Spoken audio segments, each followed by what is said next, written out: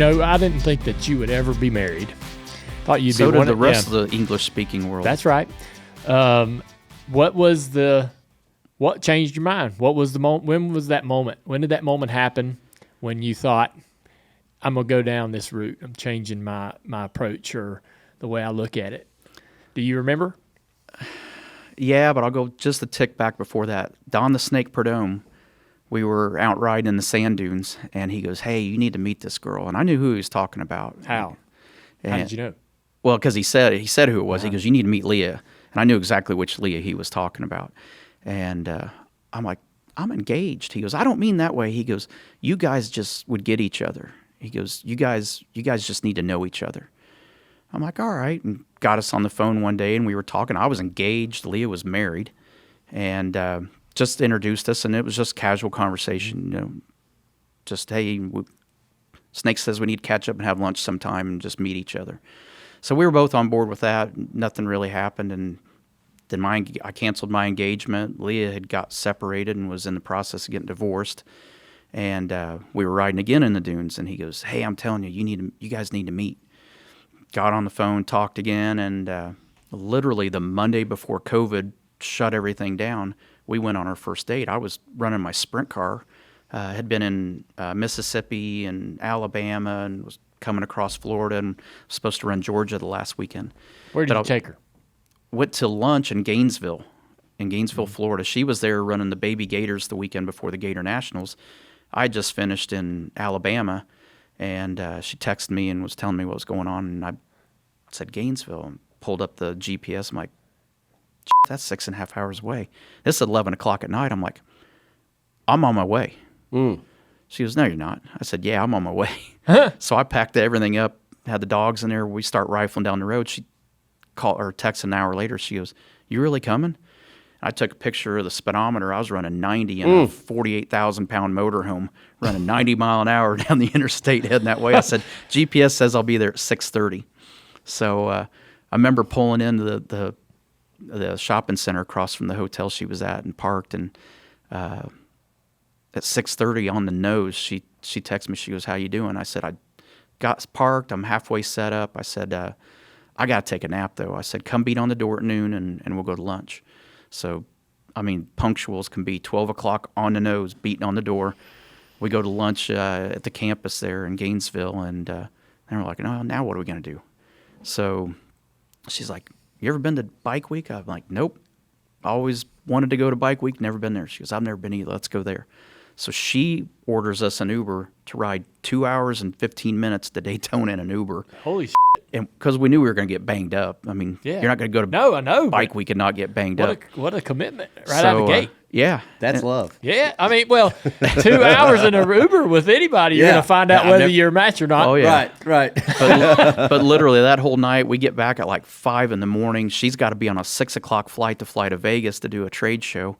And I remember sitting there because I didn't have to be anywhere till Atlanta that weekend. And I sat in Gainesville for a couple of days, and I'm like, that was different. Yeah. And I guess that was the moment where I said, there's something different about this girl from all the others. And literally, that next weekend, COVID kicked in. They canceled the NHRA stuff a day before NASCAR and IndyCar shut down. And I called her. I said, well, I'm going home to Indiana. I said, I'm going to restock the bus. I'm going to go up to Chicago and get on Route 66, and I'm going to drive the motorhome all across Route 66. Route 66, because we never get 2 weeks off. We've never had 2 weeks off. Dude, I've been wanting to do that, like the original. Yes. Like the old two-lane. Yep. I've been wanting to do that. It's like goes from like Chicago to L.A. or somewhere. All the way, all the way on a pier. Yeah. And I don't want to drive the motorhome on the pier, but I wanted to do the whole thing. I'm like, we'll never get this opportunity to do it. All those old diners and stuff. Yeah, and I was just going to go by myself. Yeah. And she goes, well, I'm in. I'm like, wow, well, that's even better. I'm like, we're going to be stuck in a motorhome together for 2 weeks probably doing this.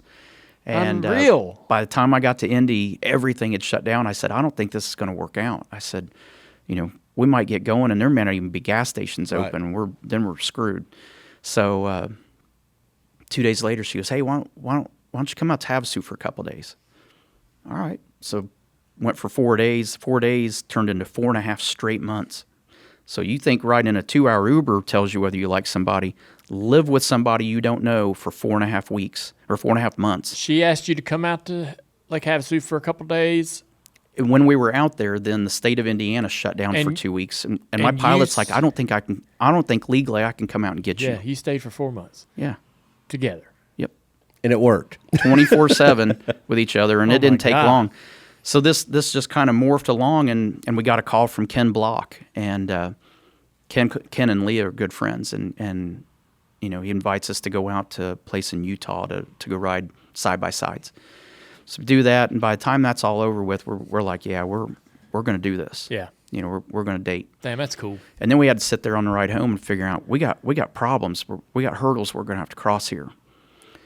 First one was she's sponsored by Pennzoil. I'm sponsored by Mobil 1. That's the first hurdle. She's sponsored by Dodge. I'm sponsored by Ford. Oh my gosh. And then Dodge and Ford. So it's like, man, what are we going to do? So no joke, I called my PR guy and I said, hey, this is what's going on, because nobody knew we were doing anything together. Like there were 2 or 3 people that knew who I was with and where I was at.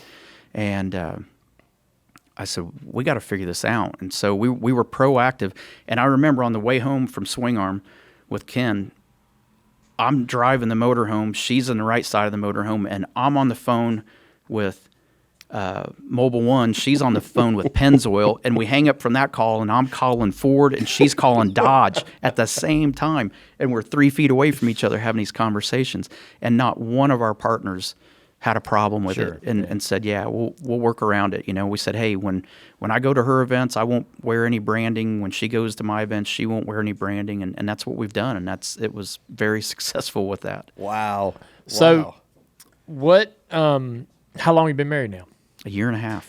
What do you? And she's still not filed for divorce yet. It's amazing. It's crazy.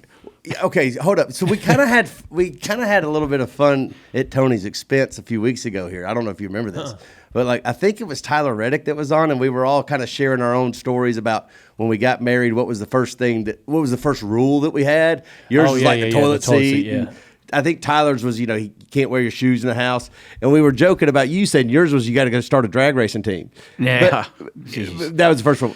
All jokes aside, though, when did the drag racing thing start coming into the conversation? Like for you to start a team? I mean, when we started dating and then once, racing started coming back, the sprint car stuff started first. And she went to my races, and it was funny because, when we set up for Cup weekend, we park and we're there for the whole weekend, but guys got to get rental cars and go back and forth to the hotel. Sprint car deal's different. We were running 2-day shows at the same track, and we'd load up at the end of it, and she's losing her mind, like, why are you guys packing up? You're racing here tomorrow. Well, that's their vehicle. That's how they get to the hotel, and they got to go to the car wash. They got to get up in the morning. They got to service the car in the parking lot, and then they come back to the track. What do you think about all that? She couldn't wrap her head around it because it's total opposite of what they do in NHRA.